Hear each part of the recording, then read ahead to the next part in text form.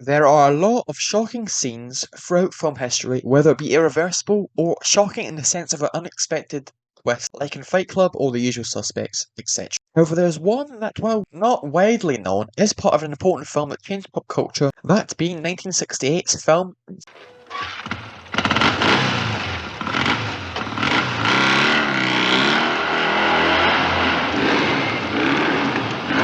Now, the film follows a student named McTravis, a rebellious youth at boarding school, who gets tired of the abuse of power from the whips, aka the prefects, and thus him and his two a girl he meets outside of school to revolt.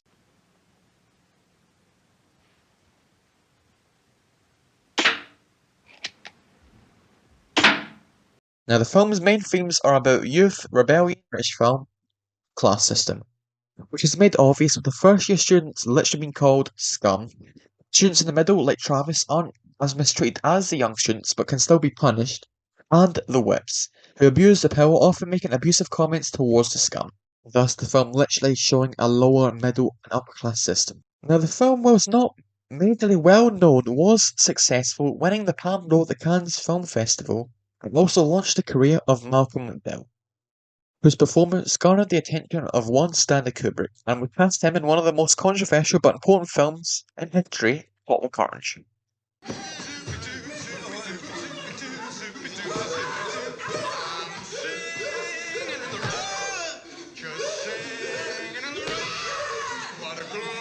His impact on popular culture cannot be understated, with it being vital in influencing punk and glam rock scenes of the 70s, and just film in general with its X-rated content pushing the boundaries with what was allowed to be shown. Now for the ending of F. Essentially, after a severe scene in which Travis and his friends are caned, Travis particularly brutally, so much so he cries.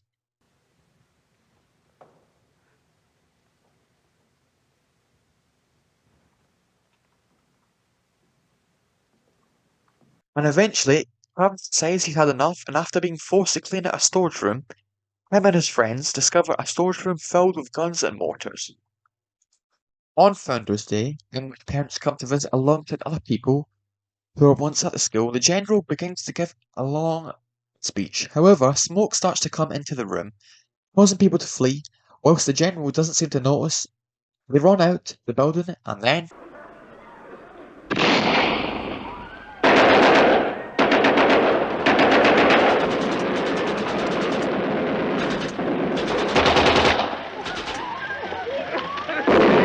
people start running for cover, whilst people try to break into the army in order to fight back.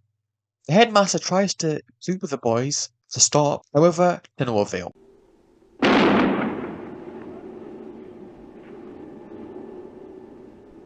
Film ending on a shot of Travis firing his gun, his fate unknown.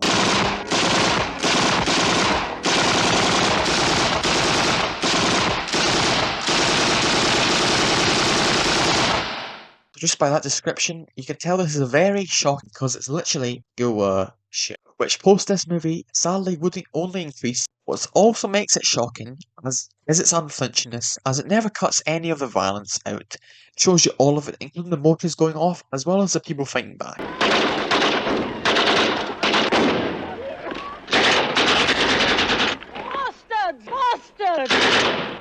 It also kind of puts the viewer into a weird place, as throughout the film, while it's not heroes per se, you do see the abuse that these characters go through, and come the end, they do this egregious act which we see the chaos and pain that they have caused people, even killing innocent bystanders, which I think is more relevant than it was in the late 1960s. Events like these have become more prominent, sadly, and worse around the world.